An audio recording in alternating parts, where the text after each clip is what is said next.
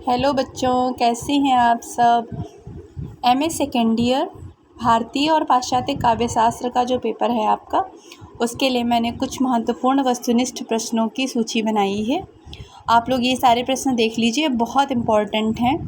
देख लीजिए, इनको याद कर लीजिए और आपका वस्तुनिष्ठ प्रकार का ही पेपर होगा, तो आपके लिए काफ़ी उपयोगी सिद्ध होंगे। तो देखते हैं हम अपने क्वेश्चंस को। पहला क्वेश्चन है, भरत मुनि ने किस ग्रंथ की रचना की। इसका सही उत्तर है काव्यशास्त्र। दूसरा प्रश्न है, विभावानुभाव संचारी संयोगाद रस निष्पत्ति, यह किसका कथन है।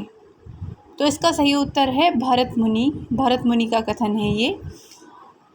तीसरा प्रश्न है, रस संप्रदाय के प्रवर्तक हैं। इसका सही उत्तर है भरत मुनि। अगला प्रश्न है, अलंकार संप्रदाय के प्रवर्तक हैं। इसका सही उत्तर है भामह। फिर अगला क्वेश्चन है, रीति संप्रदाय के प्रवर्तक हैं।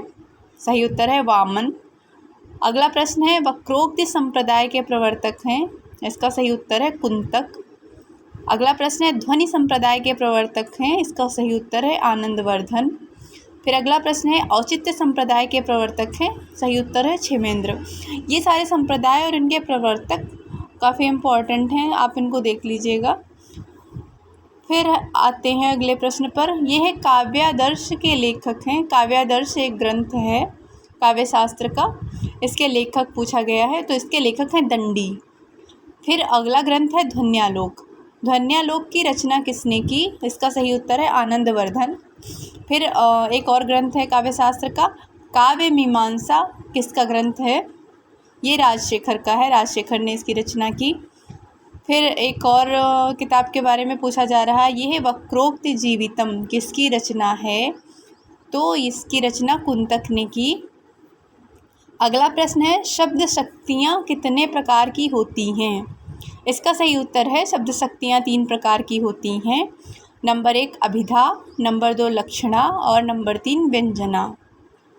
फिर अगला प्रश्न है, काव्य मीमांसा के रचनाकार हैं। काव्य मीमांसा ये भी काव्यशास्त्र पर आधारित ग्रंथ है, इसके रचनाकार हैं राजशेखर। फिर अगला प्रश्न है, ब्रह्मानंद सहोदर किसे कहते हैं। सही उत्तर है रस को। रस को ब्रह्मानंद सहोदर कहा गया है। ब्रह्मानंद सहोदर का मतलब है ब्रह्मानंद के समान, रस को बताया गया है। फिर एक सूक्ति है, रसो वै सह, किस उपनिषद में दिया गया है। इसका सही उत्तर है तैत्तिरीय उपनिषद। फिर अगला प्रश्न है, रस विवेचन के लिए उत्पत्तिवाद नामक सिद्धांत किस आचार्य ने दिया। सही उत्तर है भट्टलोल्लट। ये रस विवेचन के लिए 4 सिद्धांत हैं।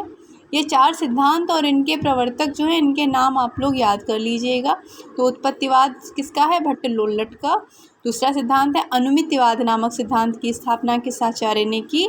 इसका सही उत्तर है आचार्य शंकुक। फिर तीसरा ये सिद्धांत है भुक्तिवाद। भुक्तिवाद नामक सिद्धांत किस आचार्य ने दिया। इसका सही उत्तर है भट्टनायक। फिर चौथा सिद्धांत है अभिव्यक्तिवाद। अभिव्यक्तिवाद सिद्धांत किस आचार्य का है। इसका सही उत्तर है अभिनव गुप्त।